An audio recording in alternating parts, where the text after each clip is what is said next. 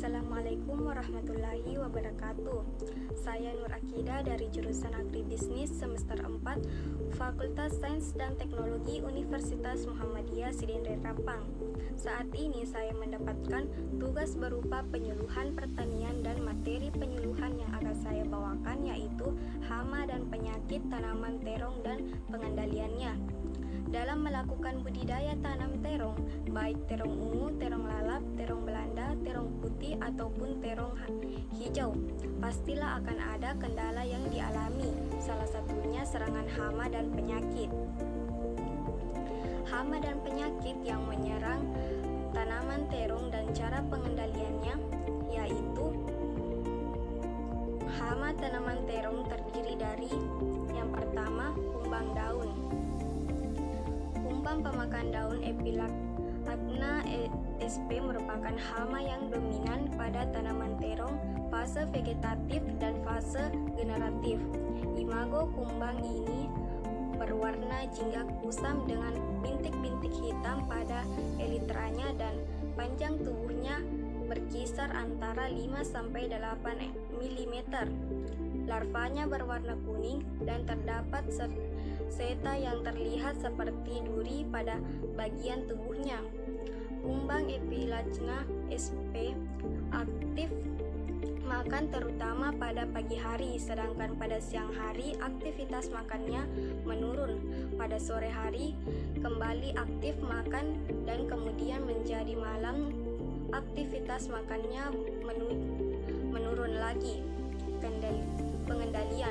Pengendalian hama ini dapat dilakukan secara manual dengan cara mengambil kumbang tersebut lalu dimusnahkan, dan bisa juga dengan cara kimiawi, yaitu dengan melakukan penyemprotan insektisida sesuai dosis yang ditentukan. Yang kedua, kutu daun. Hama ini menyerang tanaman terong pada bagian daun yang masih muda sehingga daun akan rusak, tidak beraturan, dan daun akan kering dan mati. Ciri-ciri kutu daun yaitu secara umum kutu berukuran kecil antara 1-6 mm. Tubuhnya lunak berbentuk seperti buah pir. Mobilitasnya rendah dan biasanya hidup secara berkoloni. Kutu daun kapas Apis gossypi Glover merupakan salah satu hama yang menyerang daun muda dan pucuk tanaman, terutama pada tanaman musim kemarau. Gossypi berkembang biak secara parthenogenesis, yaitu melahirkan anak yang telah berkembang di tubuh induknya sebelum dilahirkan. Nimfa yang telah menjadi imago akan siap beranak setelah berumur 4-5 hari. Kutu daun termasuk dalam famili Apididae ordo Homoportera. Serangan ini bertubuh lunak, berukuran 4-8 mm. Kelompok Apidis biasanya berkoloni di bawah permukaan daun atau sela-sela daun. Hama ini mengekskresikan embun madu. Adanya embun madu yang dikeluarkan kutu daun dapat dilihat dengan terdapatnya semut dan embun jelaga yang berwarna hitam.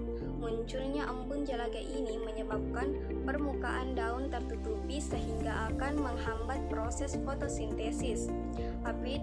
Aphids menyerang tanaman cabai, paprika, timun, semangka, melon, kubis, dan terong. Cara pengendalian: A. Pengendalian secara bercocok tanam atau kultur teknis. B. Pengendalian mekanis dan fisik. C. Pengendalian kimiawi. Ketiga, tungau. Hama ini menyebabkan permukaan daun berbintik coklat kehitaman, serta daun dan berlubang dan layu. Cara mengendalikan hama ini umumnya dilakukan dengan sanitasi lahan, melakukan perendaman benih dengan larutan sebelum tanam, serta penjarangan tanaman. Selain itu bisa juga dengan cara kimiawi, yaitu dengan cara melakukan penyemprotan dengan insektisida sesuai dengan dosis yang dianjurkan. Keempat, ulat buah. Hama ini menyerang buah baik itu muda atau tua, yang mengakibatkan buah akan berlubang lalu busuk di bagian dalamnya. Pengendalian dengan cara manual yaitu dengan membuang buah yang terserang dan melakukan sanitasi lahan dengan baik, atau bisa juga dengan cara kimiawi, yaitu dengan melakukan penyemprotan buah dengan insektisida sesuai dengan dosis yang dianjurkan. Yang kelima, ulat tanah. Hama ini menyerang tanaman muda atau tanaman dalam proses pembenihan. Hama ini menyebabkan tanaman membusuk lalu mati. Pengendalian hama ini dapat dikendalikan dengan cara manual, yaitu dengan penggunaan benih yang berkualitas dan tahan terhadap hama, serta melakukan sanitasi lahan dengan baik, atau bisa juga dengan cara kimiawi, yaitu dengan menyemprotkan insektisida sesuai dengan anjuran. Yang keenam, ulat gerayak. Hama ini menyerang daun yang muda ataupun tua. Biasanya daun yang terserang akan berlubang dan bentuknya tidak beraturan. Cara pengendalian hama ini dapat dilakukan dengan cara manual, yaitu dengan mengambil ulat lalu dimusnahkan, dan juga melakukan sanitasi lahan dengan baik, atau bisa juga dengan cara kimiawi, yaitu dengan cara melakukan penyemprotan insektisida sesuai dengan dosis yang dianjurkan. Yang ketujuh, kutu kebul. Hama ini dapat menyebabkan daun mengkerut, keriting, dan tanaman akan menjadi kerdil. Adapun penyakit tanaman terong terdiri dari yang pertama, bercak daun. Penyakit ini disebabkan oleh cendawa Cercospora sp. Pengendalian penyakit ini dapat dilakukan dengan cara manual, yaitu dengan penggunaan benih yang berkualitas dan juga melakukan sanitasi lahan dengan baik. Selain itu, bisa juga dengan cara kimiawi atau dengan melakukan penyemprotan fungisida sesuai dengan dosis. Yang kedua, penyakit busuk buah disebabkan oleh cendawa Phytophthora sp. Pengendalian penyakit ini dapat dilakukan dengan cara manual, yaitu dengan cara memetik lalu membuang buah yang busuk, atau bisa juga dengan cara kimiawi, yaitu dengan cara melakukan penyemprotan fungisida sesuai dengan anjuran. Yang ketiga, antraknosa. Penyakit ini disebabkan oleh cendawa Globosporium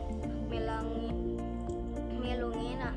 Pengendalian penyakit ini dapat dilakukan dengan cara manual, yaitu dengan cara melakukan sanitasi lahan, menggunakan benih yang tahan penyakit, dan melakukan penjarangan tanaman, atau bisa dengan cara kimiawi, yaitu dengan cara melakukan penyemprotan fungisida sesuai dengan dosis yang dianjurkan. Yang keempat, Rabasemai. Penyakit ini disebabkan oleh cendawa Rhizoctonia solani dan Pythium sp. Pengendalian hama ini dapat dilakukan dengan cara manual, yaitu dengan melakukan sanitasi lahan dan juga penggunaan benih yang berkualitas, atau bisa juga dengan cara kimiawi, yaitu dengan cara melakukan penyemprotan dengan menggunakan fungisida yang sesuai dengan dosis yang berlaku. Yang kelima, layu bakteri.